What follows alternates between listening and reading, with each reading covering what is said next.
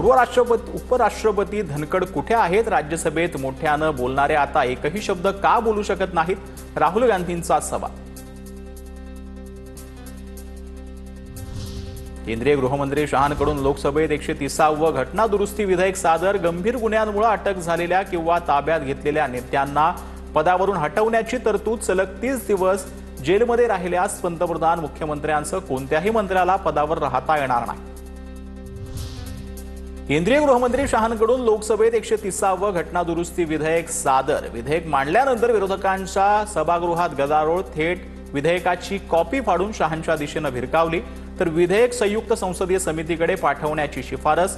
अभ्यासासाठी 21 जणांची समिती स्थापन करणार।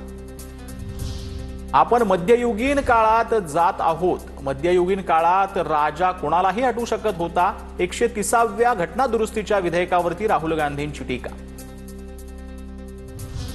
बेस्ट कामगार पतपेढी निवडणुकीत ठाकरे बंधूंचे सर्व उमेदवार पराभूत। शशांक राव यांच्या पॅनलचे सर्वाधिक 14 उमेदवार विजयी, तर प्रसाद लाड यांच्या पॅनलचे 7 उमेदवार जिंकले।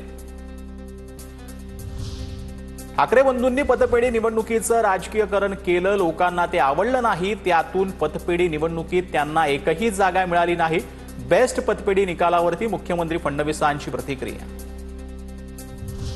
ठाकरे ब्रँड कधीच फेल होणार नाही। बेस्ट पतपेढीची निवडणूक ही केवळ चाचणी परीक्षा। पराभवानंतर संजय राऊतांचं वक्तव्य। ब्रँडचा बँड वाजवण्याचं काम जनता करत असते। ईव्हीएमवर आरोप करणारे आता बेस्ट पतपेढीच्या निकालानंतर काय बोलणार? उपमुख्यमंत्री एकनाथ शिंदेंचा ठाकरे बंधूंचं विरोधकांवर निशाणा। कामगारांच्या हक्कासाठी लढल्यामुळे यश मिळालं। शिवसेनेच्या समितीनं पतपेढीच्या ठेवीमध्ये गैरव्यवहार केला। ब्रँड लोक बनवत असतात आणि काम केली नाही तर तोच ब्रँड लोक धुळीला मिळवतात। शशांक राव यांचं राऊतांना प्रत्युत्तर।